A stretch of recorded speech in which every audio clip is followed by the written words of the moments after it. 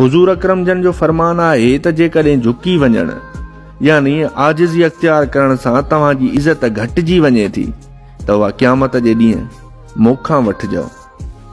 कंहिं माण्हू खे ख़ुशी ॾियणु सदको आहे, पर कंहिंखे ॾुख ॾियणु उहो कर्ज़ आहे जेको तव्हांखे कंहिं न कंहिं हथां ज़रूर मिलंदो।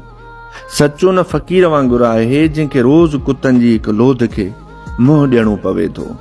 हिकिड़ी अरबी चवणी आहे त जंहिं माण्हू वटि सिहत आहे उन वटि उमेद बि आहे, ऐं जंहिं वटि उमेद आहे उहो हर शइ जो मालिक आहे।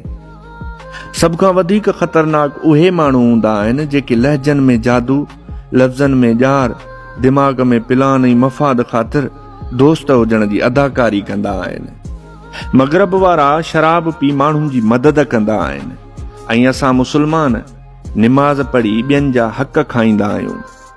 ज़रूरी न आहे त तव्हांखे कंहिंजी बददुआ ई बर्बाद करे छॾे, पर कंहिंजो सब्र बि तव्हांजी बर्बादी जो सबबु बणिजी सघे थो।